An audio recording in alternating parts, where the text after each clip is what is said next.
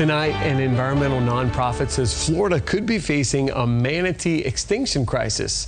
Thanks for staying with us. I'm Patrick Nolan. And I'm Jane Monreal. The group Public Employees for Environmental Responsibility, also known as PEER, has been tracking more than 300 manatee deaths this year alone. And for the majority of them, the cause of death wasn't even recorded.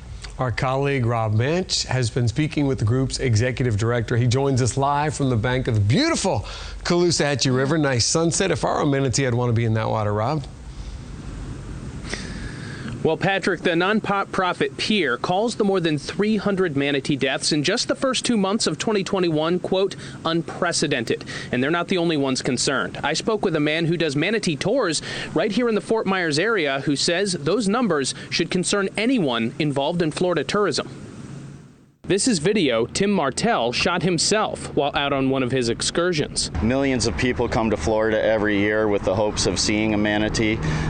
They bring in a great deal of tourism dollars. Martell has helped many of those people turn that hope into a reality. People see a manatee, they are just set back and put into a state of awe. You know, they are such large, amazing, powerful animals. But Tim Whitehouse with Public Employees for Environmental Responsibility says those animals may be in more danger than ever. Florida may be moving into a manatee's extinction crisis. Whitehouse says more than 300 manatees have been killed in 2021 alone.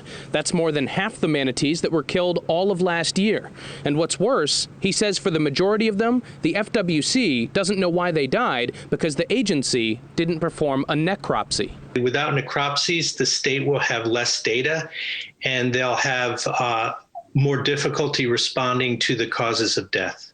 FWC data shows on a usual year, about 65 manatees die without a necropsy.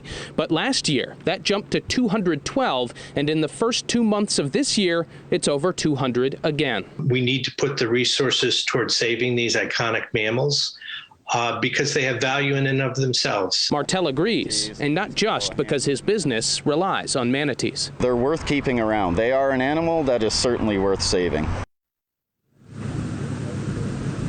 Now, I did reach out to the Florida Fish and Wildlife Conservation Commission, and it couldn't tell me why more necropsies are being conducted on manatees, but what it could tell me was that it is seeing a higher than normal amount of manatees killed this year along Florida's Atlantic coast. In Fort Myers, Rob Mensch, Fox 4.